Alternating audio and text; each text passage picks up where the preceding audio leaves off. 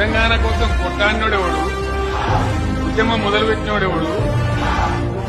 బాణాలకు తెగించి పేగులు దిగదాకా జై తెలంగాణ నినాదని చెప్పి తెలంగాణ సాధించినోడెవడు,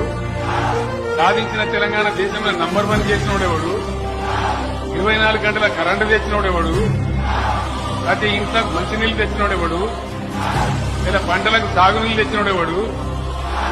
యాళ్లకు మేము వచ్చేయాలి మేము గొడవ చేస్తామన్నా